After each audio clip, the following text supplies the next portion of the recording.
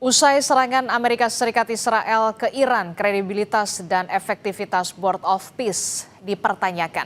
Apalagi salah satu yang terlibat dalam serangan militer ke Iran adalah Amerika Serikat yang juga merupakan salah satu aktor utama pembentukan BOP. Lalu bagaimana seharusnya Indonesia yang juga anggota Board of Peace menyikapi hal ini? Sejauh mana pula Indonesia bisa menengahi konflik di Timur Tengah, mengingat Indonesia dikenal dunia berprinsip politik luar negeri yang bebas aktif. Kita bahas bersama dengan dosen dan Ketua Departemen Ilmu Hubungan Internasional UGM, Ibu Ririn Tri Nurhayati melalui sambungan daring. Selamat pagi Bu Ririn, Assalamualaikum. Selamat pagi Mbak Adisti, Waalaikumsalam warahmatullahi wabarakatuh. Iya, kalau kita lihat kan serangan terus dilakukan, aksi balas serang terus dilakukan Amerika Serikat, Israel, Iran dan juga sebaliknya. Apa yang kemudian bisa dilakukan oleh Indonesia yang kita tahu juga tergabung dalam Board of Peace, Bu Ririn? Baik, terima kasih Mbak Adisti. Baik, mungkin pertama saya ingin menyampaikan bahwa serangan Israel dan Amerika Serikat kepada Iran hari Sabtu lalu di tengah proses negosiasi nuklir Iran dan AS yang hampir tuntas ini merupakan tindakan yang tidak dapat dibenarkan. Tidak dapat dipastikan kapan perang akan berakhir, namun yang jelas dampak kemanusiaan dan juga krisis di Timur Tengah akan semakin parah. Kemudian yang saya lihat Iran ini menjadi korban baru unilateralisme brutal dari negara superpower dan pelanggaran hukum internasional. Padahal tadi disampaikan bahwa Amerika Serikat merupakan negara penggagas Board of Peace, Dewan Perdamaian, yang seharusnya tujuan utamanya adalah untuk mengusung dan menciptakan perdamaian, tetapi apa yang dipertontonkan dengan serangan militer Israel dan AS kepada Iran kemarin ini merupakan crime of aggression yang dalam hukum internasional ini merupakan salah satu kejahatan berat gitu. Sehingga tindakan ini kemudian menjadi berkebalikan dan tidak konsisten dengan tujuan utama Dewan Perdamaian atau Board of Peace. Sehingga kemudian kami mempertanyakan apakah kemudian hal ini bisa menjadi sarana Board of Peace untuk bisa membawa perdamaian ketika cara-cara yang digunakan malahan berkebalikan dengan tujuan utama pencapaian perdamaian. Karena kemudian ini justru jelas-jelas bertentangan dengan hukum internasional, bertentangan dengan prinsip-prinsip perdamaian dan penghormatan kedaulatan dan sebagainya. Oke, termasuk yang kemudian jadi pertanyaan saya, apa yang bisa dilakukan oleh Indonesia dan juga member dari BOP lainnya? Ada berbagai macam negara juga yang tergabung dalam BOP untuk bisa kemudian benar-benar mengimplementasikan apa sebenarnya tujuan dari BOP, Board of Peace, untuk mewujudkan perdamaian. Baik, terima kasih Mbak Disti. Tadi mungkin saya ingin mengulang yang disampaikan oleh Kementerian Luar Negeri ya, bahwa Indonesia menggunakan narasi menyesalkan gagalnya perundingan AS dan Iran yang telah berdampak pada eskalasi di kawasan Timur Tengah. Menurut saya pernyataan ini seolah malah mengamini logika Trump bahwa gagalnya perundingan bisa jadi pembenaran. Padahal Oman sebagai penengah atau mediator itu sudah mengatakan bahwa ada progres yang baik. Artinya upaya perundingan itu merupakan sarana utama, mekanisme utama yang harusnya digunakan oleh Board of Peace untuk menengahi sengketa dan persoalan-persoalan konflik antar negara. Tetapi yang terjadi malahan pemimpin Board of Peace tersebut sendiri malahan kemudian menggunakan cara yang bertentangan. Sehingga kemudian dalam hal ini malahan kalau tadi pertanyaan Mbak Asdistis kemudian masih berharap bahwa kemudian Board of Peace itu masih bisa digunakan jadi mekanisme dan media untuk membangun perdamaian di Timur Tengah khususnya, dari kami atau saya merasa bahwa justru Board of Peace ini menjadi sudah tidak relevan karena tadi yang sudah dilakukan, yang sudah terjadi terhadap Iran secara nyata itu adalah jelas-jelas tidak lagi konsisten dengan misi utama Board of Peace. Sehingga dengan demikian bagi kami ingin mendorong pemerintah Indonesia untuk mengoreksi keputusannya bergabung dalam Board of Peace ini.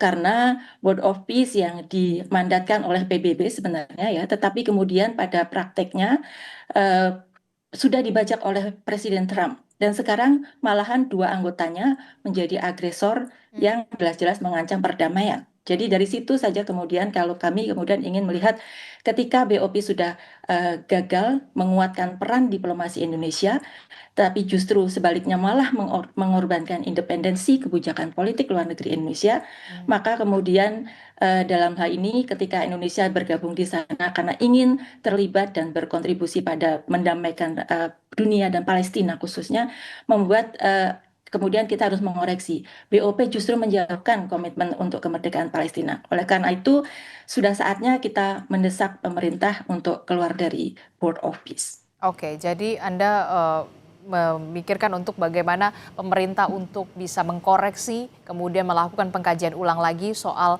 keanggotaan Indonesia di Board of Peace, begitu ya? Betul. Oke, termasuk juga begini, oke lah itu kita membahas soal BOP, tapi yang kita lihat juga adalah pemerintah Indonesia dalam hal ini adalah Presiden Prabowo Subianto menawarkan diri untuk bisa menjadi mediator antara perundingan perdamaian antara Amerika Serikat, Israel dan juga Iran begitu ya.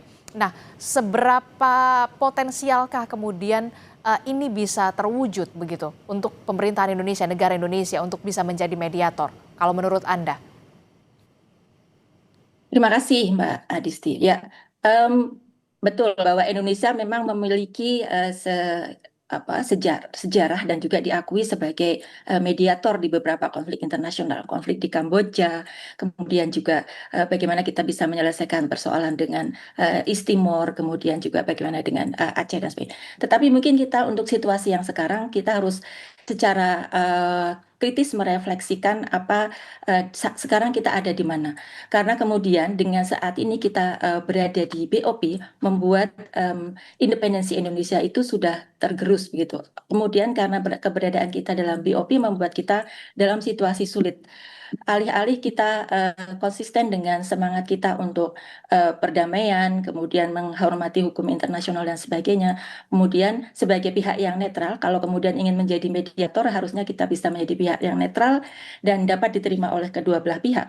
Namun sekarang situasinya, apakah kemudian Amerika Serikat sebagai superpower yang saat ini sedang menginginkan untuk mengganti rezim di Iran dan kemudian ingin mengukuhkan dominasinya di Timur Tengah, apakah kemudian mau mendengarkan inisiatif dari Indonesia yang dalam hal ini kita masih harus akui bahwa Indonesia posisinya adalah middle power.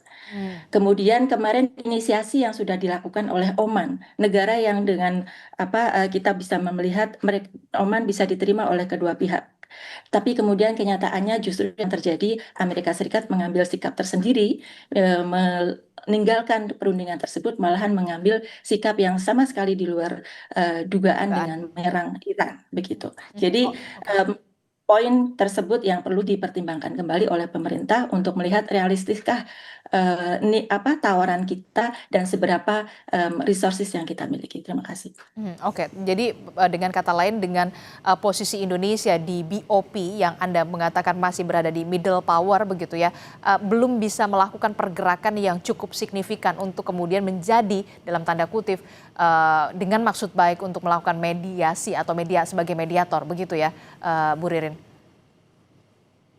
Ya, kalau saya bisa tambahkan bahwa kemungkinan yang justru kita ingin melihat bahwa ada opsi karena kemudian saya cukup mengkritik BOP ini ya dari sisi kelembagaan ada banyak catatan itu tidak hanya sudah ada banyak peneliti dan juga scholars yang mengkritisi keberadaan BOP dari struktur kelembagaannya yang sangat tersentralisir kepada Trump, legitimasinya yang sangat rendah, kemudian juga bagaimana dia telah meminggirkan peran PBB sebagai organisasi multilateral existing yang memiliki legitimasi cukup tinggi.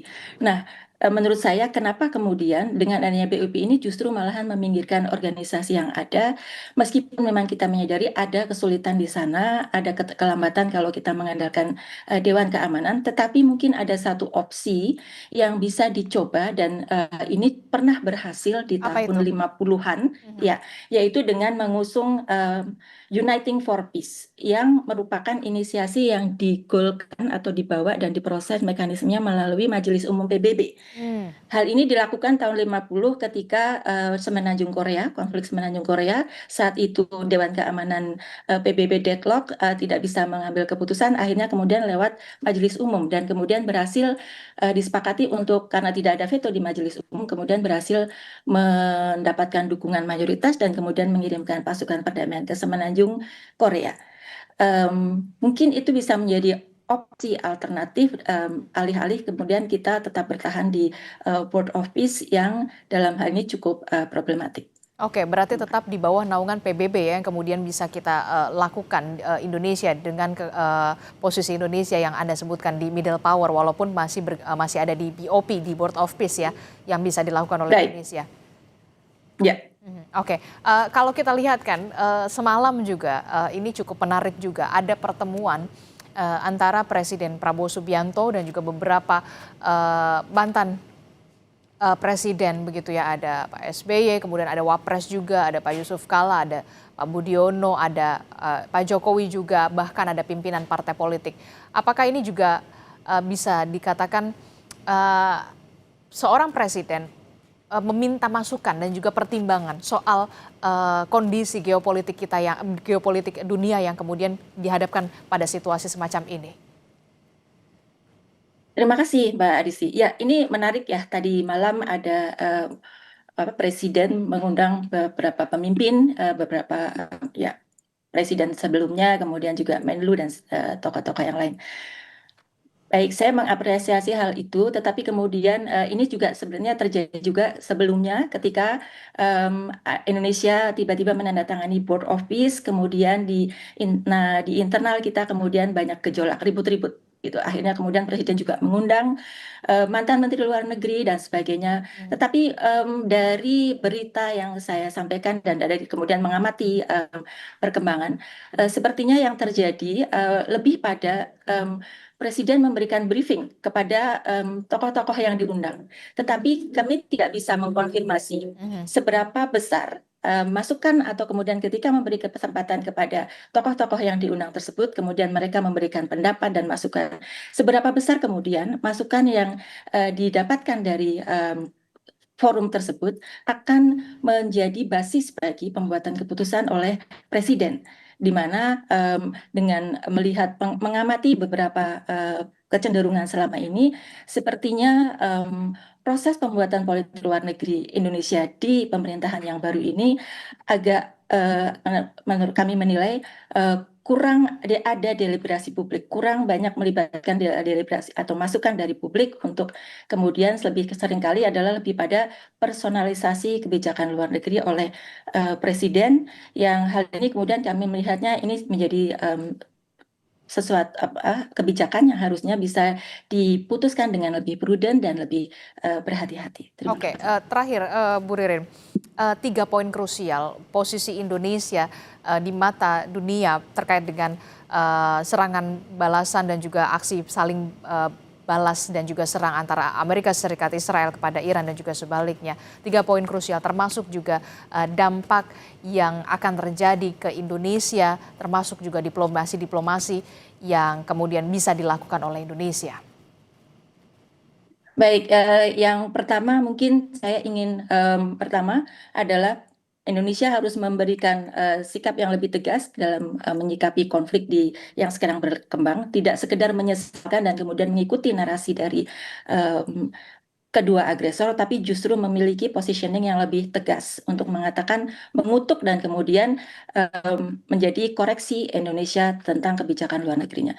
Yang kedua adalah tadi ketika keberadaan Indonesia dalam BOP justru menyebabkan Indonesia kesulitan untuk tidak konsisten dengan nilai prinsip bebas aktif, dengan amanah konstitusi untuk menjaga perdamaian dan ketertiban dunia, maka kemudian sudah saatnya dengan situasi yang sekarang Indonesia mengoreksi kebijakan luar negerinya untuk berani keluar dari Board of Peace. Dan yang ketiga, kemudian dengan menggunakan opsi yang lain, di mana kemudian tetap mempertahankan atau tetap memperkuat mekanisme yang ada di PBB dengan menggalang kolaborasi dengan negara-negara selatan yang dalam hal ini sebenarnya tadi yang saya sebutkan sebagai Uniting for Peace sudah pernah digagas oleh negara Kolombia yang tahun September 2025 Kolombia sudah menggagas adanya Uniting for Peace dan kemudian bersama didukung oleh 30 negara lainnya yang merupakan negara-negara selatan dengan grup yang disebut dengan The Hague Group. Nah, mengapa Indonesia tidak memanfaatkan itu yang lebih konsisten dengan prinsip Dasar-Sila Bandung, lebih konsisten dengan amanah konstitusi, dan juga lebih konsisten dengan prinsip politik luar negeri bebas aktif. Itu, Mbak Oke, Adisti, baik, terima terima kasih. kasih untuk paparannya dan juga apa ya bisa dikatakan perspektifnya terkait dengan bagaimana aksi saling balas serang Amerika Serikat, Israel dan juga Iran dan juga posisi Indonesia di mata dunia. Terima kasih dosen Ketua Departemen Ilmu Hubungan Internasional dari Universitas Gadjah Mada, Ibu Ririn Tri Nurhayati telah bergabung bersama kami. Sehat selalu Bu Ririn. Assalamualaikum. Selamat pagi. Waalaikumsalam warahmatullahi. Terima kasih kembali.